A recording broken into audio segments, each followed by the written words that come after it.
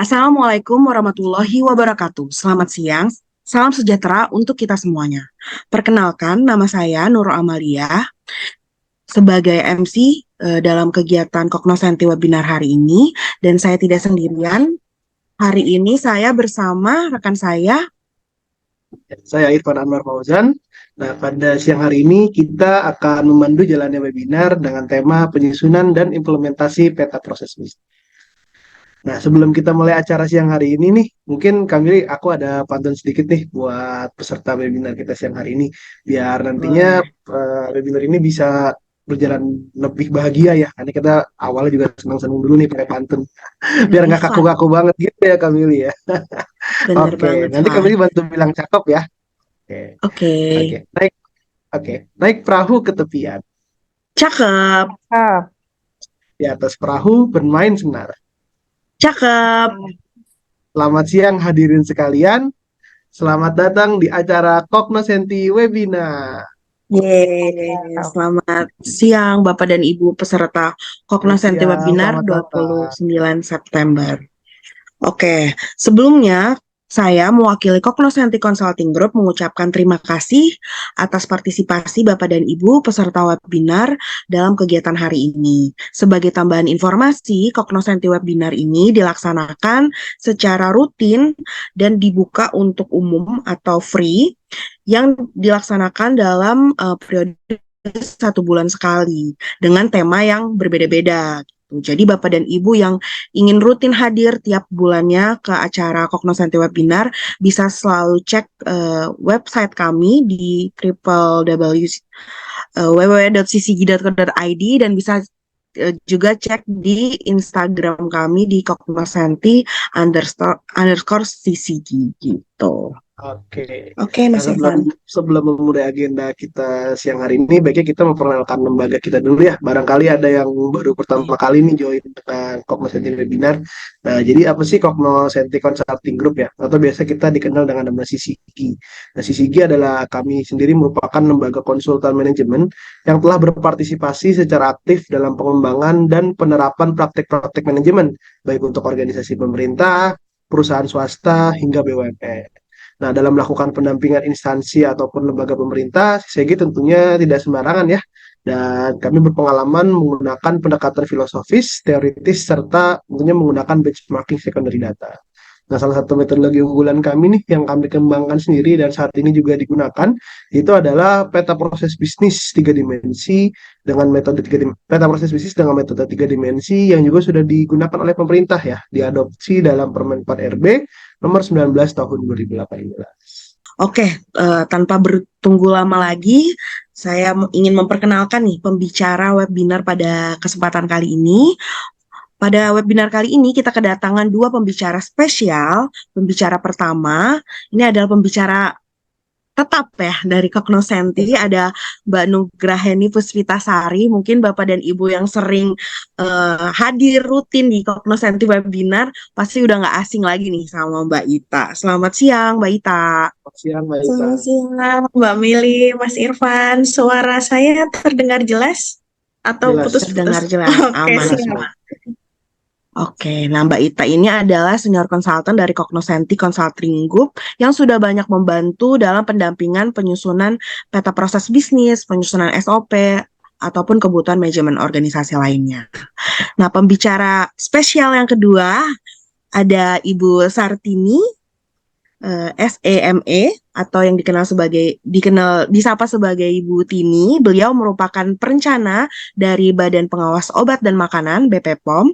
Beliau juga terlibat banyak dalam penyusunan peta proses bisnis di lingkungan BPOM. Selamat siang Bu Tini. Siang, Bu Mbak. Tini. Suara saya kedengeran? Aman Jelas, Bu. Bu. Aman. Sehat Bu Tini. Alhamdulillah. Cuma agak ngantuk dikit nih. Nanti Jam Mas 5 awal Irfan nih. akan pantun lagi supaya nggak ngantuk ya Mas Irfan. Kita pantun lagi. Dia punya stok bank pantun banyak ya Mas Irfan ya. Betul sekali, kamu. Oke, mungkin kita langsung aja nih ke agenda yang pertama. Agenda pertama akan ada paparan awal dari Mbak Ita. Mbak Ita Nugraini Puspitasari. Mungkin waktu dan tempat saya persilahkan.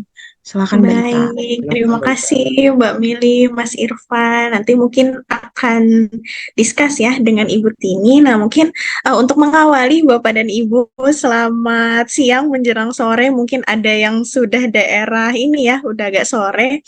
Nah, mungkin supaya ini ya, tidak bosan, sebentar ya, saya izin share screen. Oke, apakah sudah terlihat Bapak dan Ibu? Harapannya semoga nggak bosan ya, kayaknya ketemu saya lagi gitu ya. Tapi nggak apa-apa, yang penting kita di sini sharing saja apa yang saya sampaikan. Mungkin ini terkait konsep, nanti lebih pada implementasinya nanti akan dilanjutkan oleh rekan saya nanti dari Ibu Tini. Oke, Bapak dan Ibu, selamat datang kembali. Tadi ya terkait webinar penyusunan dan implementasi peta proses bisnis. Mungkin nanti terkait bahan paparan saya, mungkin nanti boleh dibantu ya panitia untuk dikirimkan.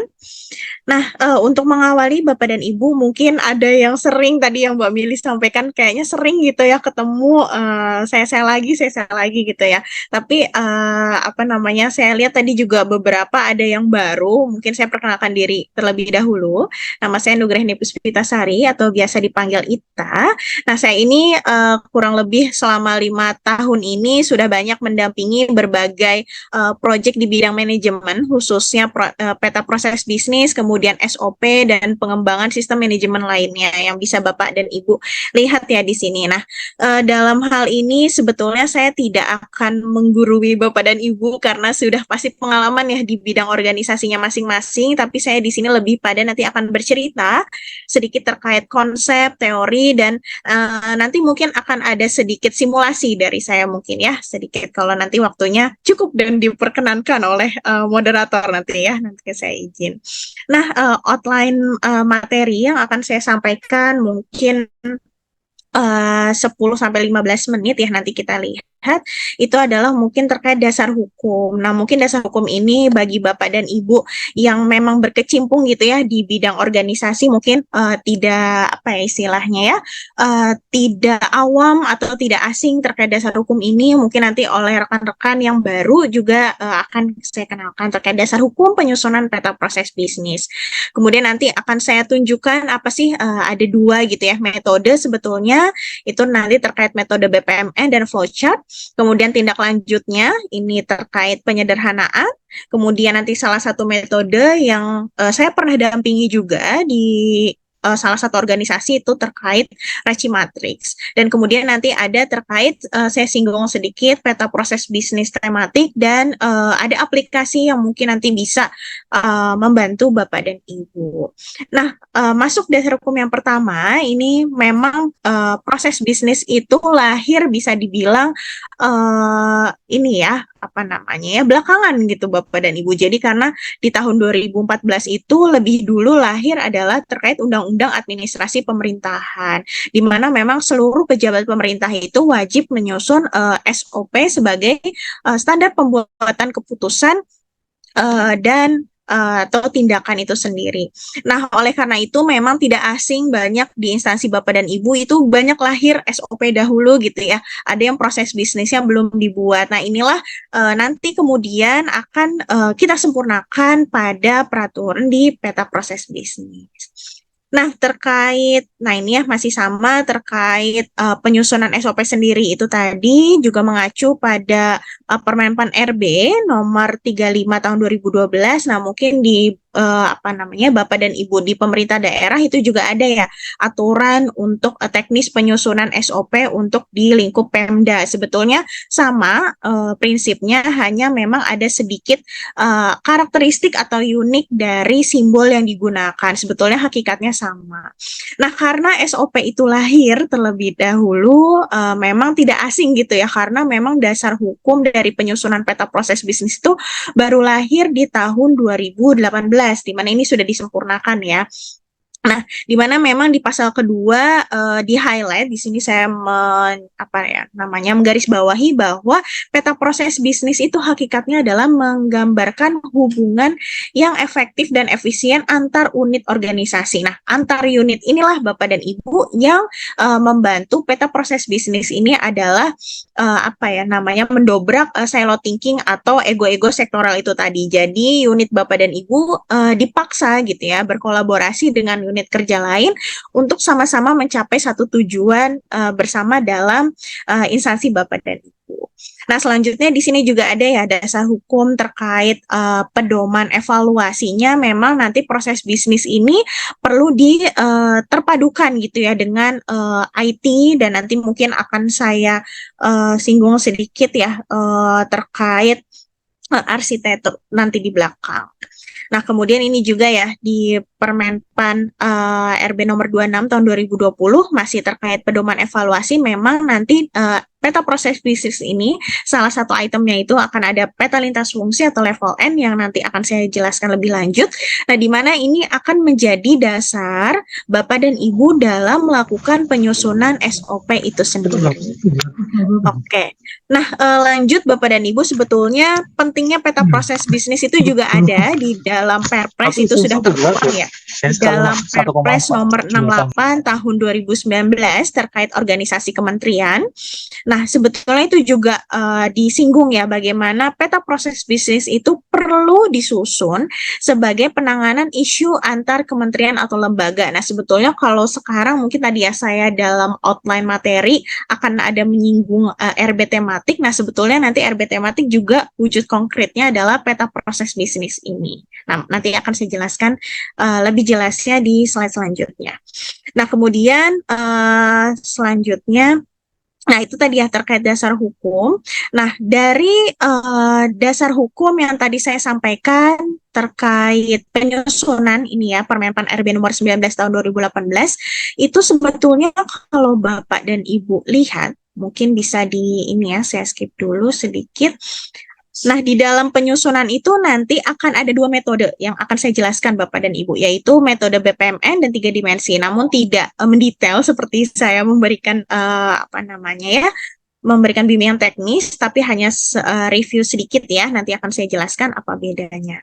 Nah, dari kerangka penyusunan peta proses bisnis menurut Permenpan RB tersebut, sebetulnya diawali itu Kementerian Pan RB itu memang membagi ada rencana 4 ruang lingkup dari peta proses bisnis. Nah, sebetulnya itu terdiri dari lingkup pertama, di mana lingkup pertama itu adalah proses bisnis untuk satu Indonesia gitu ya. Jadi bagaimana hubungan dari pemerintah pusat dan pemerintah daerah. Kemudian lingkup kedua itu adalah peta proses bisnis antar kementerian atau lembaga yang bersifat lintas sektor di bawah Kemenko, atau juga bisa di bawah koordinator dari kementerian juga ada. Karena kami juga pernah mendampingi salah satu penyusunan di sekretariat dewan gitu ya. Nah, kemudian yang sering nih Bapak dan Ibu itu adalah di lingkup ketiga dan lingkup keempat, di mana peta proses bisnis lingkup ketiga itu adalah level untuk instansi Bapak dan Ibu. Jadi satu kementerian atau satu lembaga, satu pemerintah daerah, di mana nanti perlu menggambarkan antar UKES-1-nya gitu ya, UKES-1 hubungannya di dalam satu kementerian lembaga atau Pemda. Kemudian nanti akan diturunkan ke dalam lingkup keempat, nah itu baru pendetailannya di setiap UKES-1-nya. Nah, sebetulnya kerangkanya seperti ini, Bapak dan Ibu. Jadi, tadi ya, mulai dari mandat peraturan perundang-undangan, kemudian nanti akan disusunlah sebuah peta proses bisnis lingkup ketiga, di mana memang nanti akan dilihat juga dari Rensra, organisasi Bapak dan Ibu. Nah, dari peta proses bisnis ini nanti akan selanjutnya menghasilkan atau melahirkan SOP makro atau SOP di lingkup Kementerian Bapak dan Ibu yang menggambarkan hubungan antar UKES-1 itu tadi. Nah, dari peta proses bisnis lingkup 3 tersebut, selanjutnya nanti akan masuk ke setiap UKES-1 atau setiap OPD di pemerintah daerah, itu masuk lingkup keempat. Nah, dari peta proses bisnis tersebut dan SOP makro, dan juga setiap ini ya, rincian TUSI gitu ya, TUSI dari Bapak dan Ibu, itulah yang nanti kita bisa lanjutkan untuk penyempurnaan SOP mikro yang sudah ada saat ini. Nah, kurang lebih seperti itu strukturnya Bapak dan Ibu. Jadi memang peta proses bisnis ini lebih pada helikopter view dari alur kerja atau hubungan antar unit di organisasi itu sendiri. Nah, kurang lebihnya seperti ini untuk level 3 ya tadi saya sampaikan proses level 3 atau lingkup 3 ini ada eselon 1. Jadi setiap eselon 1 kan pasti ada sasaran program yang ingin dicapai ya.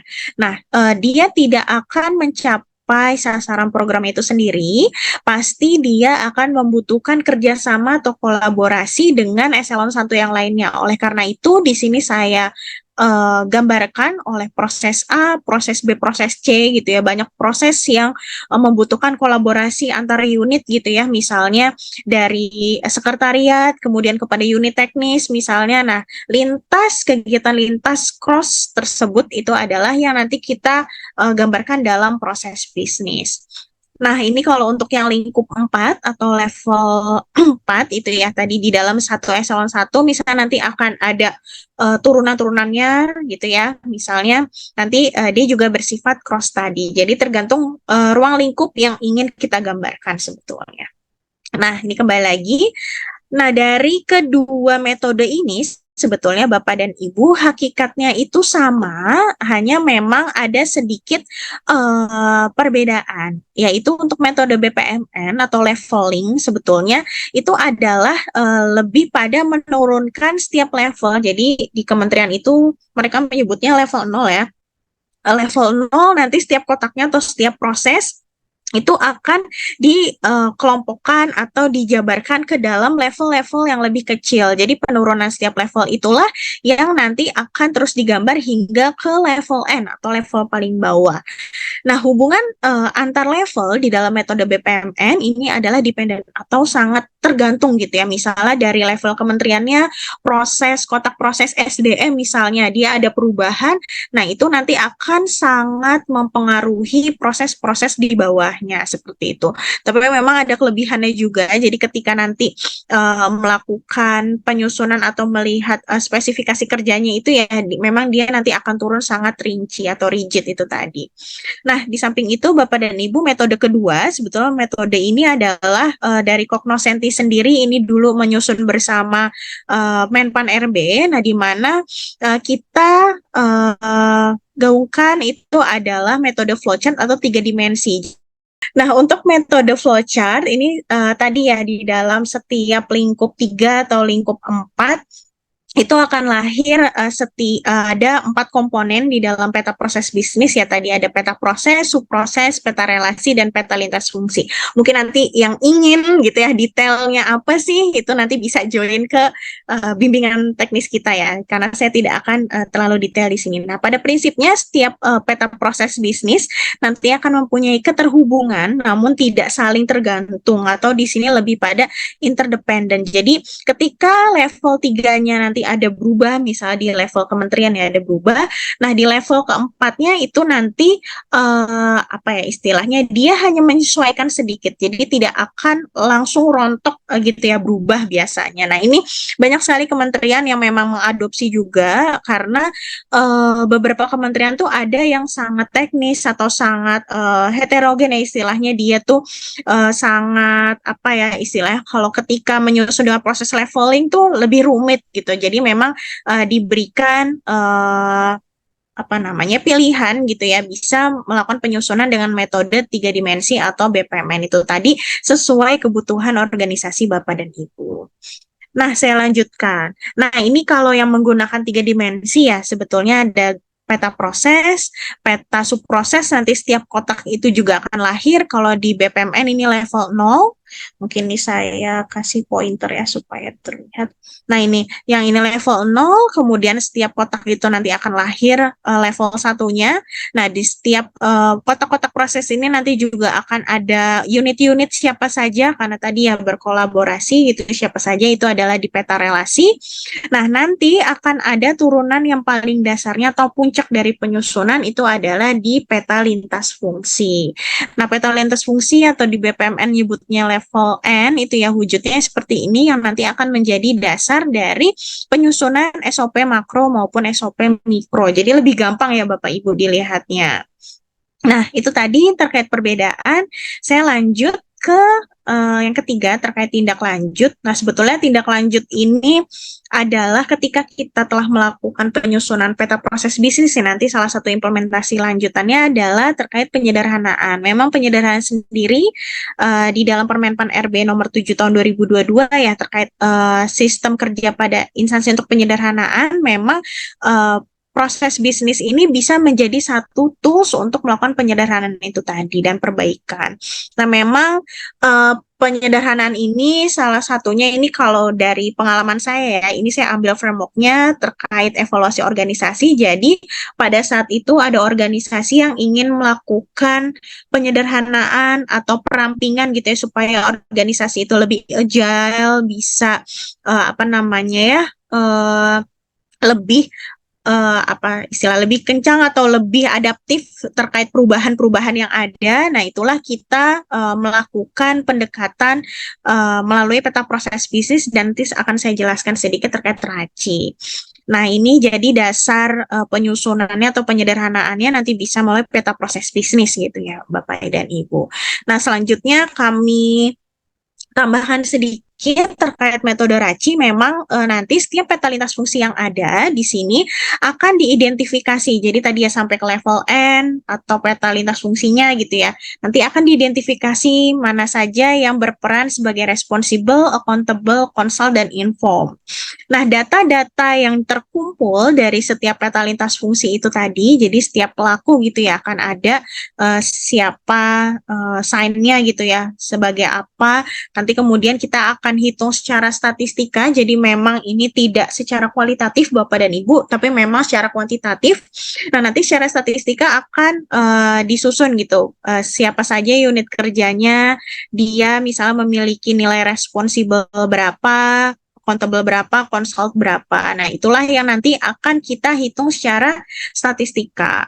Nah, memang secara statistika untuk melakukan penyederhanaan atau evaluasi itu yang dihitung hanya nilai R atau responsible, karena responsible itu tadi kembali lagi dia lebih pada menjelaskan unit penanggung jawab pada setiap rangkaian proses. Seperti itu ya. Jadi memang nanti setelah dihitung secara statistika kita dapat mana unit kerja atau divisi yang melewati batas atau kurang gitu ya, yang selanjutnya nanti akan misalnya untuk perubahan atau penyederhanaan unit kerja Bapak dan Ibu, contohnya seperti ini. Nah, itu mungkin ya sekilas Bapak dan Ibu, nanti bisa dilihat di YouTube kami juga ada banyak ininya. Nah, mungkin yang terakhir itu adalah peta proses bisnis tematik. Memang ini dari awal tahun 2023 kemarin ya sudah banyak sekali yang menggaungkan terkait peta proses bisnis tematik yang memang akan fokus pada empat tema gitu ya Bapak dan Ibu. Memang yang sebelumnya saya jelaskan itu adalah tadi terkait peta proses bisnis tematik yang sebelum penajaman itu tadi ya, yang sebelumnya. Nah, setelah penajaman memang nanti akan dikaitkan atau lebih dijelaskan bagaimana hubungan peta proses bisnis itu tadi memberikan nilai tambah dan berguna untuk mendukung sistem pemerintahan berbasis elektronik atau SPBE, di mana memang sudah dijelaskan atau diatur di dalam Perpres sendiri, Perpres 95 gitu ya. Kemudian kemarin juga di awal tahun 2022 juga lahir di mana Perpres 132 itu sendiri. Nah, memang nanti secara konstruksinya peta proses bisnis tematik ini akan mendukung SPBE itu tadi. Nah, sebetulnya hakikat dari peta proses bisnis tematik Bapak dan Ibu itu tidak jauh berbeda dengan peta proses bisnis general atau yang sebelumnya. Memang kalau kita lihat secara ruang lingkup itu mirip dengan peta proses bisnis di lingkup kedua. Dia akan bersifat lintas sektoral itu tadi ya, karena sesuai arahan Perpres di sini gitu ya, peta proses bisnis ini akan menangani isu antar kementerian. Jadi isu-isu antar kementerian di setiap tema, misalnya tema kemiskinan, peningkatan investasi dan lain sebagainya, itu nanti akan butuh kolaborasi. Nah, nanti juga akan didetailkan misalnya di lingkup 3 Bapak dan Ibu. Nah, ini saya buatkan sedikit gambarannya, misalnya peta proses bisnis di kementerian koordinator gitu ya. Misalnya di bawahnya misalnya Kemenko Marves, kemudian nanti di bawahnya akan ada perlu misalnya terkait program di Kementerian PUPR atau Kementerian Desa dan kementerian lainnya, misalnya nanti juga akan berhubungan dengan Kemenko PMK di setiap tema-tema itu tadi. Nah, ini contoh sedikit Bapak dan Ibu. Nah, ini saya ambil di Kementerian PUPR ya, dan ya di Kementerian PUPR karena nanti akan misalnya dia lintas sektor gitu ya, misalnya nanti dengan stakeholder terkait lainnya. Nah, sebetulnya Bapak dan Ibu mungkin karena waktu juga ya, tadinya saya ingin simulasi, mungkin nanti saya izin masih boleh simulasi nggak ya, Mas Irfan atau Boleh Mbak Kak, Pili? masih ada Oh, masih 5 boleh. menit lagi. Boleh, boleh. Oke. Oke, kalau gitu. Nah, sebetulnya Bapak dan Ibu mungkin tadi udah disenggol ya bahwa Cognoscenti Consulting Group ini mengeluarkan inovasi terkait progresi ya. Nah, sebetulnya tadi di awal memang sudah disinggung. Nah, di sini nanti akan saya simulasikan. Nah, sebetulnya peta proses bisnis ini tidak hanya untuk apa ya namanya RB tematik gitu ya, mungkin yang tadi di sebelumnya di sini misalnya nanti dia akan ada di Kementerian PUPR dengan Kementerian Desa bagaimana nanti memonitoring proses kerjanya, atau di khusus di internal misalnya Kementerian PUPR atau misalnya Kementerian Tenaga Kerja dan lain sebagainya, itu sebetulnya nanti bisa digambarkan. Jadi ini hanya contoh saja. Ini kalau untuk lintas berarti nanti akan ada proses di Kementerian X dan kementerian lainnya. Nah, misalnya dalam satu kementerian berarti di sini UK satunya misalnya dengan UK satu yang lain. Nah, untuk sebentar ya, saya mungkin simulasikan, tapi ini simulasi ini tidak pada lingkup kementerian ya, mungkin ya, Mas Irfan, izin Mbak Mili dan Bapak dan Ibu. Nah, sebetulnya memang ada kemarin Pusdiklat ya, kalau nggak salah ya Mbak Mili, Pusdiklat di Kemendikbud. Nah, Kemendikbud. ya yang menggunakan ini juga, tapi ini saya coba ambil contoh di internal kami gitu ya, diambil proses. Nah, misalnya terkait proses SDM, katakanlah ini keseluruhan peta proses bisnis yang telah dibuat itu tadi ya, tadi kan ada folder-folder kegiatan. Ada folder misalnya terkait SDM, katakanlah ada satu CFM atau level N terkait pengajuan WFH gitu ya ceritanya nih Bapak dan Ibu. Kemudian nanti bagaimana sih proses kerjanya yang memang ini digambarkan. Nah, ini sudah digital ya, ini coba saya ambilkan contoh. Nah, misalnya di sini Puspita hari ini gitu ya.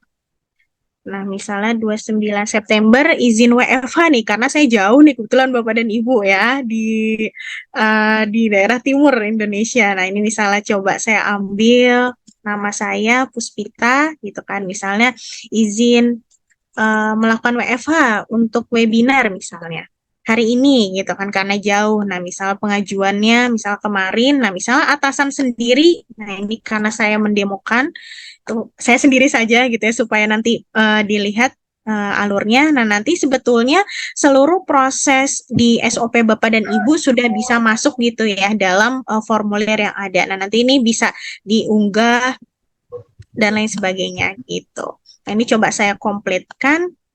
Nah, nanti di dalam dokumen gitu ya. Nah, di sini terlihat bahwa, nah, di sini bisa dilihat Bapak dan Ibu. Memang kalau, misalnya, sebentar ya, belum masuk.